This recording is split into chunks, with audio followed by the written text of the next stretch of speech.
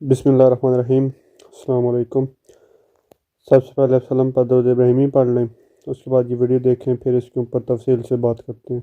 साहब का एक स्टेटमेंट बाहर आया, पहले वो मैं आपको बता देता हूँ। उनकी बहन अलीमा खान साहिबा ने बाहर आकर बताया, उसमें इमरान खान साहब के कुछ मुतालबात हैं जिनमें एक बहुत अहम मुतालबा है। अलीमा खान ने कहा कि इमरान खान ने 9 मई और 26 नवंबर दोनों वाकयात की सुप्रीम कोर्ट से जुडिशियल इंक्वायरी का मुतालबा किया है और कहा है कि दोनों वाकयात की सीसीटीवी फुटेजेस सामने लाई जाएं, जिनके बगैर तहकीकात मुकम्मल नहीं हो सकती, मुमकिन ही नहीं है। उन्होंने ये कहा। ये बात इमरान खान की हमशीरा ने अडियाला जेल के बाहर आकर बताई थी। उन्होंने कहा कि इमरान खान का पैगाम है कि वो लाइल्म है कि डी चौक में कितनी शहादतें हुई और कितने लोग जख्मी हुए। उन्हें नहीं पता कि कितने लोग लापता हैं। अभी तक 200 से ज्यादा कारकुनान लापता हैं, ये बताया गया है। लापता कारकुनान के हवाले से शक है कि वो भी शहीद हो चुके हैं और बानी पीटीआई लापता कारकुनान के हवाले से फिक्रमंद है। उन्होंने कहा कि 15 दिसंबर को यौम शोहदा का दिन मुकर्रर किया गया है। पेशावर समेत दुनिया भर में कारकुनान इस दिन दुआ करें। इमरान खान साहब ने पहले खाली पेशावर के लिए कॉल दी थी, फिर उन्होंने पूरी दुनिया के लिए, ओवरसीज पाकिस्तानियों के लिए कॉल दी कि तमाम दुनिया के अंदर निकले और पूरी दुनिया को बताएं कि पाकिस्तान में डी चौक में किस तरह की बर्बरियत हुई है। इमरान खान का कहना है कि कुफर का निजाम चल सकता है, जुल्म का नहीं चल सकता। हम इस निजाम को कबूल नहीं करेंगे। 9 मई के बाद अब 26 नवंबर का मुतालबा भी मुतालबात में शामिल कर लिया है। सुप्रीम कोर्ट के 3 सीनियर जजेस पर मुश्तमिल जुडिशियल कमीशन कायम किया जाए। यानी इसमें आ जाएंगे जस्टिस मंसूर अली शाह साहब, जस्टिस मुनीब अख्तर साहब और जस्टिस याया अफरीदी साहब। दोनों सानियात की सीसीटीवी फुटेज के बगैर तहकीकात मुमकिन नहीं है। हमारे गिरफ्तार कारकुनान को रिहा किया जाए और गैर कानूनी मुकदमात खत्म किए जाएं। ओवरसीज पाकिस्तानियों से इमरान खान ने कहा कि वो पाकिस्तान में रकूम भेजना बंद कर दें। ओवरसीज पाकिस्तानियों को हमारे साथ मिलकर पाकिस्तान को अपने पांव पर खड़ा करना है। ये जनाब इमरान खान साहब का स्टेटमेंट है जो अलीमा खान साहब ने आगे बताया। दूसरा, इमरान खान साहब ने थोड़ा सा अपने केस के हवाले से भी जवाब जमा करवाया है। उसकी सीधा सीधा चीजें मैं आपके सामने रखता हूँ। केस तो बड़ा लंबा चौड़ा है, अभी चलेगा। ये जो अलकादर यूनिवर्सिटी वाला है, इसको 190 मिलियन पाउंड वाला केस भी कहते हैं, हालांकि ये एक्चुअली जो है अलकादर यूनिवर्सिटी वाला केस है। तो इसमें इमरान खान साहब ने कहा, जो जवाब जमा करवाया 342 का तहरीरी बयान इमरान खान साहब का है जो उन्होंने जमा करवाया है। 79 सवाल के जवाब इमरान खान साहब ने जमा करवाया और इसमें लिखा कि जिस तरह भुट्टो रेफरेंस में फेयर ट्रायल ना होने की निशानदेही सुप्रीम कोर्ट ने की, इसी तरह मेरे केस में भी इस्तगासा के गवाह के मुताबिक मुताल्लिका बैंक ने अकाउंट होल्डर की हदायत पर सुप्रीम कोर्ट के अकाउंट में रकम मुंतकिल की। मेरे साथ भी ज्यादती की जा रही है जैसे जुल्फिकार भुट्टो के साथ ज्यादती की गई थी। उन्होंने कहा कि मरियम नवाज की तसल्ली के लिए बुशरा बीबी पर केस बनाया गया। ये जनाब इमरान खान साहब का इस बारे में स्टेटमेंट है। और फिर इमरान खान साहब ने केस की तफसीलात बताई। ये भी बताया कि नवाज शरीफ, आसिफ जरदारी, शहबाज शरीफ, काजी फायद ईसा, मरियम नवाज, इसहाक डार का ARU का रिकॉर्ड नैब ने जानबूझकर जाया किया है। ये नैब का रिकॉर्ड वो कह रहे हैं जाया हो गया है और स्पेशली जो रिकॉर्ड जाया हुआ है वो नवाज शरीफ का है, जरदारी का है, शहबाज शरीफ का है, काजी फायद ईसा का है, मरियम नवाज का है और इसहाक डार का है। ये रिकॉर्ड गायब कर दिया गया। परवेज खट्टर को 9 मई केसेस से फ्री करके उसे मेरे खिलाफ गवाह बनाया गया, जबकि उन्होंने भी बतौर वजीर दिफा काबीना इजलास में शिरकत की और कोई इख्तलाफी नोट नहीं लिखा। इमरान खान ने अपने जवाब में बहुत सारी अहम चीजें बताई हैं। फर्दर इसको हम डिस्कस करते रहेंगे, लेकिन अभी खबरें और बहुत सारी हैं। एक उमर अयूब साहब ने स्टेटमेंट दिया कौमी असेंबली में खड़े होकर और उन्होंने ये कहा कि निहत्ते कारकुनों पर गोली चलाने का हुक्म शहबाज शरीफ ने दिया। मॉडल टाउन और 26 नवंबर का खून शहबाज शरीफ के हाथों पर है। कौमी असेंबली में नुक्ता एतराज पर उन्होंने ये बात की, हुकूमत जो है वो बहुत शोर मचा रही थी, हुकूमत के जितने अरकान थे उन्होंने रोला डाला हुआ था, वो बात नहीं करने दे रहे थे। और देखिए कत्लों की बात हो रही है तो ये बात तो करने देनी चाहिए थी, इंसानियत का भी ये तकादा है। उमर अयूब ने कहा कि ऐवान का शुक्रिया अदा करता हूं कि 26 नवंबर के निहत्ते कारकुनान की शहादत पर दुआ कराई गई। उन्होंने कहा कि इंक्वायरी कमीशन होना चाहिए जो तहकीकात करे कि पुरअमन मुजाहिरीन पर गोली क्यों चलाई। उमर अयूब, अच्छा एक तरफ हुकूमत कहती है जी कोई बंदा ही नहीं शहीद हुआ, दूसरी तरफ शहादतों के लिए दुआ भी करवाई गई है कौमी असेंबली में। उन्होंने कहा इसकी तय में जाना पड़ेगा कि पुरअमन मुजाहिरीन पर गोली क्यों चलाई गई, इसका जवाब पाकिस्तानी कौम को चाहिए। पाकिस्तान तहरीक इंसाफ के 12 कारकुनान शहीद और 200 जख्मी हुए, जबकि 5000 से ज्यादा कारकुनों को गिरफ्तार किया गया और लापता कारकुन अलग है। उन्होंने कहा कि पुरअमन एहतजाज आ रहा था, रास्ते में एक शीशा नहीं टूटा, बाकी जमातों के लोग आते हैं, कभी किसी पर गोली नहीं चली। आने वाली नस्लें पूछती रहेंगी कि तहरीक इंसाफ के कारकुनों पर गोली क्यों चली। मॉडल टाउन और 26 नवंबर का खून शहबाज शरीफ के हाथों पर है। ये गोली चलाने का हुक्म शहबाज शरीफ ने दिया है। जो गोली 1000 मीटर पर लगती है वो 150 मीटर पर चलाई गई, यानी क्लाशनकोफ नई मशीन गन से फायर किए गए। हमारे कारकुनों की लाशें गिरी तो दूसरी जानिब अस्पतालों से रिकॉर्ड गायब कर दिया गया। जो असला इंसदाद दहशतगर्दी की जंग में इस्तेमाल होना था वो निहत्ते शहरियों पर इस्तेमाल हुआ। नेटो ने कोलिशन सपोर्ट फंड के जरिए जो असला दिया वो मुजाहिरीन पर इस्तेमाल किया गया। 8:30 बजे फायरिंग का आगाज हुआ और बुशरा बीबी की गाड़ी पर स्नाइपर से फायर किया गया। और हमारे मुल्क को आगे लेकर हम जाना चाहते हैं, हमारे बेगुनाह लोगों को रिहा किया जाए। अगर गिरफ्तार कारकुनान को रिहा ना किया गया तो सिविल नाफरमानी की तहरीक शुरू करेंगे। इस्लामाबाद पुलिस पश्तून शनाख्ती कार्ड पर पकड़ दकड़ में लगी है। हमने इस सरजमीन के लिए जाने कुर्बान की और करते रहेंगे। अच्छा, इसमें जो है ना वो असद कैसर साहब ने भी स्टेटमेंट दिया। उन्होंने कहा जी ये नो गो एरिया बन गया इस्लामाबाद पश्तूनों के लिए। अब उन्हें पकड़ लेते हैं और पुलिस पैसे कमाती है, उनसे पैसे भी ऐंठती है और मुकदमे भी उनके ऊपर डालती है, तो वो अपने नंबर भी पूरा कर रही है, अपने पैसे भी बना रही है। पुलिस ऐसी हर चीज को जो है वो नॉर्मली एक अपॉर्चुनिटी के तौर पर लेती है। 9 मई में पुलिस ने बहुत पैसा बनाया, मगर इसके ऊपर एक इंक्वायरी होना कि किस किस पुलिस वाले ने कितना पैसा 9 मई के केसेस में छापा है तो आप हैरान हो जाए। अब नाज़रीन एक डेवलपमेंट और हो रही है पाकिस्तान में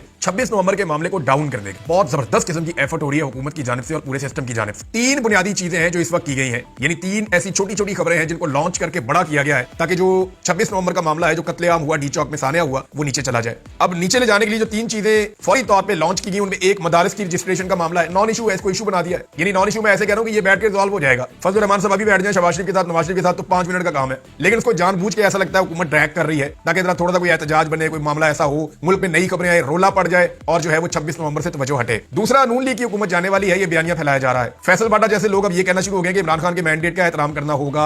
ये वही फैसल बाटा है जिसको पहले ये कहा गया कि आपने ये कहना है कि ये जो असली फार्म 45 है ना, इनके अंदर पीटीआई वाले जाके अब छोले खाएं। ये कहा था ना फैसल बाटा ने, आपको याद है स्टेटमेंट? एक वक्त था जब मैंडेट का मजाक उड़ाना था, जब सारी दुनिया कहती थी कि मैंडेट चोरी हो गया, फैसल बाटा कहता था हो गया अभी चोरी, अब जो करना कर लो, ये फार्म 45 है ना, जाओ इसके अंदर जाके छोले खाओ। ये स्टेटमेंट था। आज वही फैसल बाटा ये क्यों कह रहा है कि जनाब मामला ये है कि इमरान खान के मैंडेट का एहतराम करना पड़ेगा, ऐसे मुल्क आगे नहीं बढ़ेगा, आगे बढ़ना है तो फिर आपको रिस्पेक्ट देनी पड़ेगी। ये कोई रिस्पेक्ट और कोई मैंडेट का एहतराम नहीं है। ये सिर्फ और सिर्फ एक खबर निकाल के उसको ऊंचा उठा के 26 नवंबर के मामले पे गर्द डालने की एक कोशिश है और कुछ भी नहीं है। कहीं नहीं जा रही हुकूमत, फिलहाल तो ऐसा लग रहा है। नंबर 3, फैद हमीद के कोर्ट मार्शल का मामला और उसके ऊपर जो है वो चार्जशीट किया गया। ये खबर आई हुई है मेरे पास भी। और नॉर्मली चार्जशीट होते हैं जर्नैल, इससे पहले भी हुए, कोर्ट मार्शल भी हुए। फैद हमीद जरा DGIS था, तो इसका मामला जो है जरा हाईलाइट हो रहा है, लेकिन बहुत ज्यादा हाईलाइट किया जा रहा है एक्स्ट्रा। यानी इस शख्स को तुरंत सजा देनी चाहिए फैद हमीद को। एक जर्नैल को रिटायरमेंट पे जितना कुछ मिल जाता है ना, ये जर्नैलों को करप्शन कर देनी चाहिए। जितना इनको रिटायरमेंट के ऊपर मिलता है शायद किसी को भी इतना नहीं मिलता। बहुत पैसा मिलता है इनके ऊपर, कौम का बहुत पैसा लगता है। अब अगर इतना पैसा लग जाता है तो फिर इन्हें करप्शन का सोचना भी नहीं चाहिए।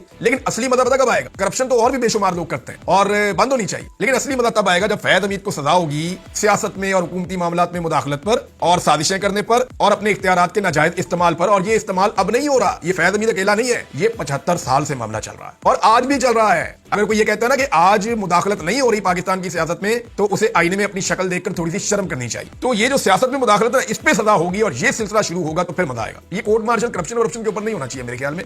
हो जाए ठीक है, लेकिन एक कोर्ट मार्शल जो है ना प्रॉपर एक सजा, एक निशाने इबरत बनाना चाहिए कि जनाब इसने सियासत में मुदाखलत की थी, ये इख्तियारात का गलत इस्तेमाल कर रहा था, ये हुकूमती मामला के अंदर मुदाखलत कर रहा था और साजिशें कर रहा था, इसके ऊपर सजा देनी चाहिए। मियां अली अशफाक जो है वो अब फैद हमीद के वकील है और मियां अली अशफाक के लिए बहुत सारे केसेस में से एक ये भी केस है। He is a senior lawyer और इससे पहले भी बहुत सारे ऐसे बड़े हाई प्रोफाइल केसेस उन्होंने डील किए हैं, तो इससे उनके एक्सपीरियंस में और इजाफा हो जाएगा और एक नया तजुर्बा हासिल होगा। प्रोफेशनल वकील है, इससे पहले भी बहुत सारे ऐसे मुकदमे उसने लड़े हैं मियां अली अशफाक ने। तो अली अशफाक को गुड लक, लेकिन जनरल फैज को अगर तो सजा होनी चाहिए ना, तो फिर उन मामला पे होनी चाहिए जो मामला 75 साल से चल रहे हैं और अभी तक चल रहे हैं। अच्छा, कुछ लोग जो है ना वो बगले में जा रहे हैं कि इसमें इमरान खान को फिक्स कर दिया जाएगा। अब अगर आप ये देखें इसकी ISPR की प्रेस रिलीज, तो उसमें बाकायदा तौर पर चार्जशीट कर दिया गया है। तर्जुमान के मुताबिक चार्जेस में सियासी सरगर्मियों में मुलाविस होना, ऑफिशियल सीक्रेट एक्ट की खिलाफ वर्जियां करते हुए रियासत के तहफ्फुज़ और मफाद को नुकसान पहुंचाना, इख्तियारात और सरकारी वसाइल का गलत इस्तेमाल और अफराद को नाजायज नुकसान पहुंचाना शामिल है। ये जबरदस्त काम हो रहा है और ये रुकना नहीं चाहिए, ये आइंदा भी होना चाहिए। अभी जो लोग मुदाखलत कर रहे हैं उनको भी कल सामना करना पड़े और जिन्होंने उससे पहले किए, मेरे ख्याल में जनरल बाजवा को भी इसमें फिक्स करना है। जनरल बाजवा ने बड़ी गंदी मुदाखलत की है पाकिस्तान की सियासत में,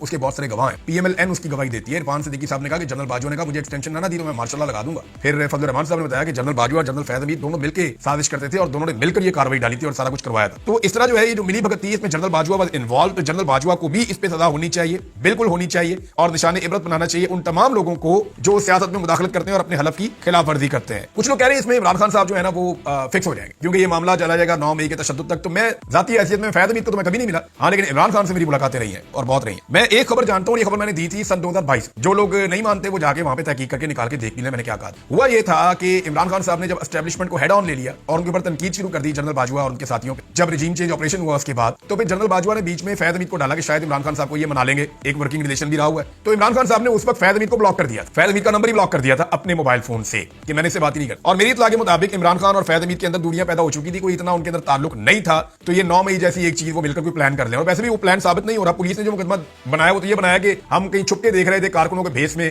घर के अंदर पहुंच के वहां हमने देखा इमरान खान ने साजिश की बैठ के। तो अब उसमें वो या तो वो वाला मामला सीधा करेंगे या ये वाला सीधा करेंगे, और अगर करेंगे तो जो मेरे पास इंफॉर्मेशन है वो तो ये है कि इमरान खान के कोई फैद हमीद से अच्छे ताल्लुकात नहीं थे और 9 मई जो है वो एक रिएक्टिव किस्म का एक इंसिडेंट था जो उस दिन हुआ और उसके बाद जो कुछ भी हुआ उसको आप ये तो नहीं कह सकते कि वो ठीक हुआ, लेकिन वो हुआ गलत, लेकिन एकदम हुआ था। मेरी अंडरस्टैंडिंग में ये है। मैंने बहुत सारे जो पुलिस वाले इसकी तफ्तीश कर रहे थे जब मैं गिरफ्तार रहा कई जगहों पे, तो मैंने उनसे पूछा, मैंने कहा मुझे बताओ इसमें क्या हुआ था। तो उन्होंने कहा जी कि ये गलत हुआ, लेकिन ये एक तसलसल से लोगों का गुस्सा बढ़ता जा रहा और वो रिएक्शन उस वक्त आया जब इमरान खान साहब गिरफ्तार हो गए और सब लोग जो है वो उन्होंने अपनी मर्जी करना शुरू कर दी। ये कुछ पुलिस वालों ने मुझे ये बात बताई। अच्छा, अब किसी को ये लगता है कि इमरान खान साहब को आराम से रिहा कर दिया जाएगा तो ये बात गलत है। यानी पाकिस्तान तहरीक इंसाफ के लोगों के ऊपर ये दबाव डाला गया और उन्हें ये ट्रक की बत्ती के पीछे लगाया गया कि अगर तो आपने 26 नवंबर के मामले को ज्यादा उठाया तो आपको नताइज भुगतने पड़ेंगे, और अगर आपने ना उठाया, अच्छे बच्चों की तरह रहे, तो फिर आपके साथ डील भी हो सकती है, इमरान खान को बाहर भी निकाला जा सकता है। अब ये ट्रक की एक बत्ती है जिन्होंने अपनी पूरी साख को नुकसान पहुंचाकर और अपनी हर चीज को दांव पर लगाकर अपनी कई दहाइयों की सियासत को तबाह करके इमरान खान साहब को जेल में रखा हुआ है। वो क्या इमरान खान को इतने आराम से बाहर आने देंगे? मुझे नहीं लगता। बहरहाल पाकिस्तान तहरीक इंसाफ के जो अहम लोग हैं उन्होंने अंग्रेजी में प्रेस कॉन्फ्रेंस करने से इनकार कर, ये तजवीज आई थी पार्टी में, एक मरतबा नहीं 3-4 मरतबा आई थी कि तहरीक इंसाफ को अंग्रेजी के अंदर आलमी मीडिया के साथ एक प्रेस कॉन्फ्रेंस करनी चाहिए और उन्हें एंगेज करना चाहिए और उन्हें हकायक बताने चाहिए। लेकिन इसके ऊपर जो दो नाम जिनको कहा जा रहा था कि प्रेस कॉन्फ्रेंस करेंगे, सलमान अकरम राजा साहब और एक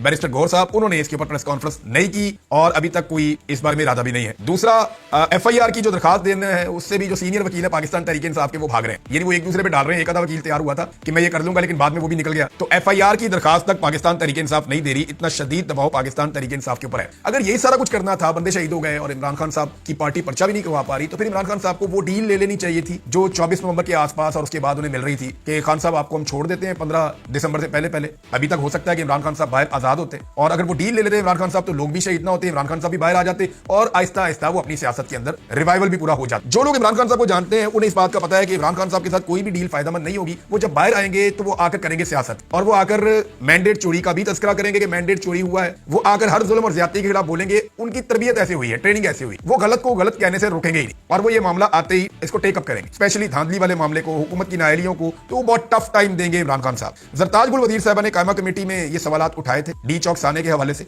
अब उन्होंने कौमी असेंबली में भी तरीके इल्तवा जमा करवा दी है, तो एक खातून कम से कम आवाज उठा रही है इतने सारे मर्दों के बीच में, और कोई और आवाज उठाने के लिए फिलहाल तैयार नहीं है कि कोई कानूनी रास्ता लिया जाए ना, जाकर मुकदमा दर्ज करवाएं। सीसीटीवी फुटेज जब ये मांगेंगे इन्हें बता दिया जाएगा कि जनाब हमने वो देख ली थी, उस सीसीटीवी फुटेज में कुछ नहीं निकला था, हमने एक कमेटी बनाई थी, उस कमेटी ने सारी सीसीटीवी फुटेज देखी थी और ये कमेटी का बयान मौजूद है, सीसीटीवी फुटेज में कुछ नहीं निकला, तो रूटीन के मुताबिक सीसीटीवी फुटेज डिलीट होगी। ये आप देख लीजिएगा, आने वाले दिनों में यही होगा। अच्छा, एक और बड़ी इंटरेस्टिंग चीज है कि शाहिद अफरीदी साहब अपने आप को एक के बाद एक कंट्रोवर्सी में फंसाते जा रहे हैं। शायद उन्हें इसकी समझ ही नहीं है। यानी अब अगर उन्हें कोई बड़ा ओहदा मिलता है तो सब लोग यही पाकिस्तान में समझेंगे कि उन्होंने जो खिदमत सर अंजाम दी है पाकिस्तान की एस्टैब्लिशमेंट के लिए, शायद उसके नतीजे में उन्हें ये बड़ा ओहदा मिल रहा है और लगता है कि उन्होंने उम्मीद वाबस्ता कर ली है। यानी ISPR की जो खबर है वो शाहिद अफरीदी ने शेयर की है। मैं हैरान हो रहा था पढ़ने के बाद कि वो बता रहे थे ISPR की खबर के मुताबिक ये हो गया, ये हो गया, ये हो गया। सहाफियों का काम है। पाकिस्तान में कोई दूसरा ऐसा क्रिकेटर नहीं है, इमरान खान साहब तो सियासत में है ना, वो तो ये कर सकते हैं, लेकिन कोई ऐसा दूसरा क्रिकेटर नहीं है, प्रोफेशनल क्रिकेटर या इस शोबे से वाबस्ता, जिसने इस तरह की ट्वीट्स की हो। लेकिन शाहिद अफरीदी ने हर जगह पे जो है वो हाथ मारना होता है, जहां के मेरे ख्याल में बहुत ज्यादा डेस्परेट है,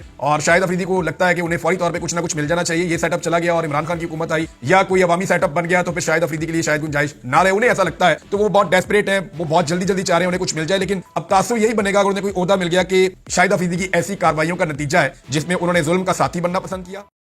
नाज़रीन, वीडियो तो आपने देख लिया। अगर आपको ये वीडियो पसंद आई है तो वीडियो को लाइक कर दें। चैनल के ऊपर अगर आप नए हैं तो इसको सब्सक्राइब करें, बेल आइकन के ऊपर ज़रूर दबाएं ताकि हमारी आने वाली नई वीडियो आप तक लाज़मन पहुंचे। और अगर आपको ये वीडियो पसंद आई है तो इसके आगे भी शेयर करें ताकि खान साहब का नज़रिया जो है इसको आगे से आगे तक फैलाया जाए और खान साहब की आवाज़ को ज़्यादा लोगों तक पहुँचाया जाए।